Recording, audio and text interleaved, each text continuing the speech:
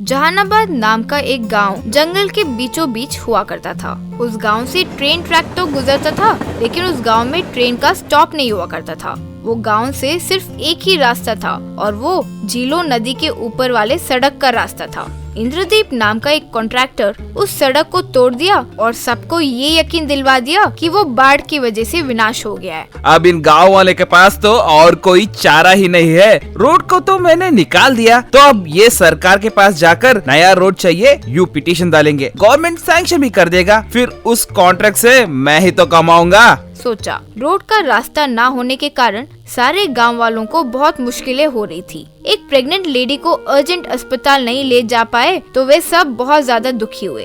वो देखकर विक्रम बाबा नाम का लड़का, अरे मेरे गांव वालों को सच में बहुत परेशानी हो रही है, इनके लिए कुछ करना होगा, कोई तो वहाँ तक का गुजरने का मार्ग निकलना होगा, कैसे करूँ? यूँ सोचकर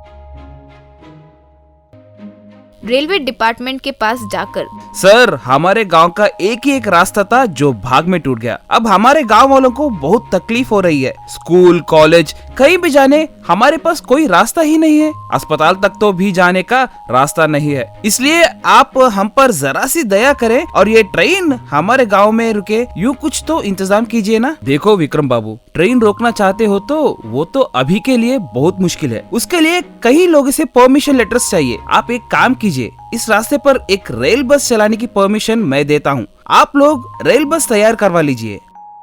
ठीक है सर, कहकर वे अपना रेल बस बनवा लिए। उससे गांव वाले खुशी से उस रेल बस में स्कूल, कॉलेज,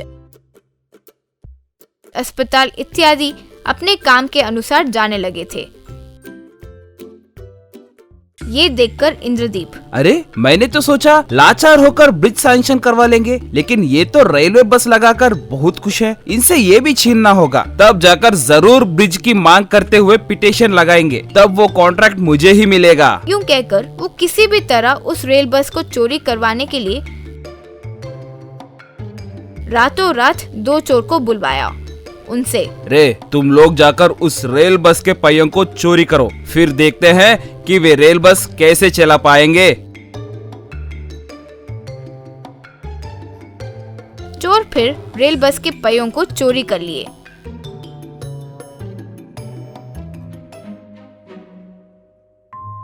विक्रम बाबू और सारे लोग आकर सुबह देखे तो बस के तो पहिए ही नहीं थे। अरे ये किसने किया है? हमारे रेल बस के पहियों को चुराया है। पहले ही गांव के बच्चों की परीक्षा चल रही है, अब ये परीक्षा मिस हो गया तो पूरा साल बर्बाद हो जाएगा। कहते हुए तब का तब दूसरा पहिया लाकर बिठाने के बाद बच्चों को स्कूल तक ले गया। बच्चों से विक्रम बाबू, बच्चों आप सब खुशी से एग्जाम लिखिए, सब पास हो जाना चाहिए। हमारे रेल बस के पहियों को चुराने वाला कौन है, इस रात को ढूंढ लेंगे। यूँ कहकर उस रात को एक पेड़ पर चढ़कर रेल बस की ओर नजर रखकर बैठा था। अरे ये तो फिर से रेल बस के पहियों को जोड़कर चला गए। इस बार सिर्फ रेल बस के पहिए ही नहीं, पूरा का पूरा रेल बस ही उठा ले आए। अगर नहीं कर पाए तो पूरा रेल बस ही जला देना। इस बार तो मैं देख कर ही रहूंगा कि ये लोग कैसे जाएंगे। कहते हुए अपने आदमियों को भेजा। वे आकर पहियों को घुमाने की कोशिश किए, लेकिन वे नहीं निकले। रे इस बार लगता है ये पहिए बहुत जोर से बांधे हुए हैं, ले जाने का कोई तरीका ही नजर नहीं आ रहा। तो जलाने के लिए कहा था ना बॉस ने, पेट्रोल डालकर जला देते हैं, चलो निकालते हैं। कहते हुए पेट्रोल निकालकर जब उस पर डाल रहे थे, तभी विक्रम बाबू और गांव वाले आकर उन्हें पकड़े और पेड़ को बांध दिए। विक्रम बाबू फिर उनसे पूछा, कहिए कौन ये काम करवा रहा है तुमसे? तुम लोगों के हड्डी फसली तोड़ देंगे, तुम लोगों को मार देंगे, बताओ। ये सुनकर घबराकर वे चोर, सर कॉन्ट्रैक्टर इंद्रदीप हमसे ये काम करवाया, रोड ब्रिज को भी उन्होंने ही हमसे तुड़वाया है। तब विक्रम सिंह और गांव वाले मिलकर इंद्रदीप और वो चोर को पकड़कर उनको पुलिस के हवाले कर दिए। वो एक बहुत सुंदर सा घर है। गौतम तिवारी अपने रिटायरमेंट के बाद मिले पीएफ के पैसों से वो घर को बनाया था। वो अपने रिटायरमेंट के बाद उस घर में रहने का सपना देखता था। वो बूढ़े पति पत्नी उस सुंदर सा घर में अपने बुढ़ापे का जीवन गुजारा करते थे। एक दिन कुछ म्युनिसिपल ऑफिसर्स आकर, रोड एक्सटेंशन प्लान के मुताबिक यहाँ के घर को तोड़ा जाएगा, ऐसा गवर्नमेंट का ऑर्डर है। कहते हुए एक लेटर तिवारी को थमाया। तिवारी समझ नहीं पाया कि क्या करे। तिवारी और उसकी पत्नी बहुत दुखी हुए। इतनी मेहनत से कमाकर बचाए हुए पैसों से ये अपना सपनों का घर बनाया, इसे ये गवर्नमेंट वाले यूं ही तोड़ेंगे बोल रहे हैं, ऐसे कैसे चलेगा? सोचकर तिवारी दुखी होने लगा। ये क्या जी, हमारे बना बनाया घर को ऐसे कैसे तोड़ देंगे? यूं दोनों उदास हो गए। तिवारी का बेटा अमरेंद्र शहर में नौकरी किया करता था। अमरेंद्र को फोन करके ये सब बताइए तो। तिवारी ने अमरेंद्र को फोन मिलाया। फोन उठाकर अमरेंद्र, बताइए पिताजी, गवर्नमेंट वाले रोड एक्सटेंशन में हमारे घर को तोड़ने वाले कह रहे हैं। इतनी मेहनत और प्यार से इस घर को बनाया, अब समझ में नहीं आ रहा बेटा कि क्या करे। यूं फोन पर दुखी होकर नीचे गिर पड़ा। फिर पत्नी उसके हाथ से फोन लेते हुए, रे तुम्हारे पिताजी को हार्ट स्ट्रोक आकर वे नीचे गिर गए रे। क्या? मैं अभी आ रहा हूँ माँ। अमरेंद्र वहां से निकल पड़ा। तिवारी को अस्पताल में भर्ती करवाए। शहर से अमरेंद्र सीधा अस्पताल पहुंचा। वहां बिस्तर पर लेटा तिवारी से अमरेंद्र, घबराए मत पिताजी, मैं सब देख लूंगा। माँ तुम पिताजी का ख्याल रखना, मैं अभी आता हूँ। कहते हुए बाहर निकला। बाहर निकलते ही सीधा म्युनिसिपैलिटी ऑफिस गया।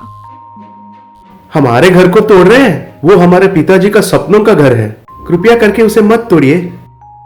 रोड एक्सटेंशन में खाली आपका घर ही नहीं, बाकी सब घरों को भी तोड़ना पड़ेगा। और वैसे भी मार्केट रेट से कई ज्यादा मुनाफा मिल रहा है ना। आप तो दे ही रहे हैं, लेकिन मेरे पिताजी फिर से वैसा ही घर नहीं बनवा सकते हैं ना सर। वो अपने शौक और सपनों के हिसाब से इस घर को बनवाए हैं सर। कहते हुए वहां से निकल गया। अमरेंद्र सीधा अस्पताल पहुंचा। मरने की स्थिति में रहने वाले पिताजी से अमरेंद्र, पिताजी घर को कुछ नहीं होगा, जैसा आपने घर बनाया था वैसा ही रहेगा, आप चिंता मत कीजिए। डिस्चार्ज होते ही तुरंत अपने बनाए हुए घर में पहुंचाना मेरी जिम्मेदारी है। अमरेंद्र तुम्हारी मदद किसने की? मुझे किसी की मदद की जरूरत नहीं है माँ, मैं एक मैकेनिकल इंजीनियर हूँ। पिताजी के खुशी के लिए मैं कुछ भी करूँगा, मैं अभी आता हूँ। कहते हुए निकल गया। फिर अमरेंद्र सोच में पड़ गया। चाहे कुछ भी हो जाए, अपने पिताजी की खुशी वापस लौटाना ही होगा। उनको इसी घर में रहना होगा। इस घर को मैं कुछ नहीं होने दूंगा। मैं इस घर को ऐसे के ऐसा ही दूसरी जगह शिफ्ट कर दूंगा। यूं खुद से निर्णय कर लिया। अमरेंद्र इंडस्ट्रियल क्रेन्स होने वाली जगह पर गया। वहां पड़े 4 क्रेन्स को डिसमेंटल किया और उन्हें पूरे टुकड़ों में तोड़ दिया। वो 4 क्रेन्स के पार्ट्स को मिलाकर एक जायंट क्रेन बनाया। उस क्रेन को लेकर अपने घर के पास आया। उस क्रेन की सहायता से उसके पूरे घर को एक खरोच भी ना पहुंचाते हुए ऊपर उठाया। उस जायंट क्रेन में उसका घर था। फिर वो जायंट क्रेन जाते जाते वो एक शांतिपूर्वक जगह में जाकर रुका। वो जगह बहुत ही शांत और हरा भरा था। फिर अमरेंद्र अच्छी जगह देखकर अपने घर को वहां रख दिया और क्रेन को हटा दिया। गौतम तिवारी अपनी पत्नी के साथ अस्पताल से आया। अपने घर को उस सुंदर सी जगह के बीचों बीच देखकर तिवारी खुशी से अपने बेटे अमरेंद्र से, ऐसा बेटा मिले तो हर माँ बाप बहुत खुश होंगे रे, बेटा हो तो ऐसा, कहते हुए उसे गले लगाया।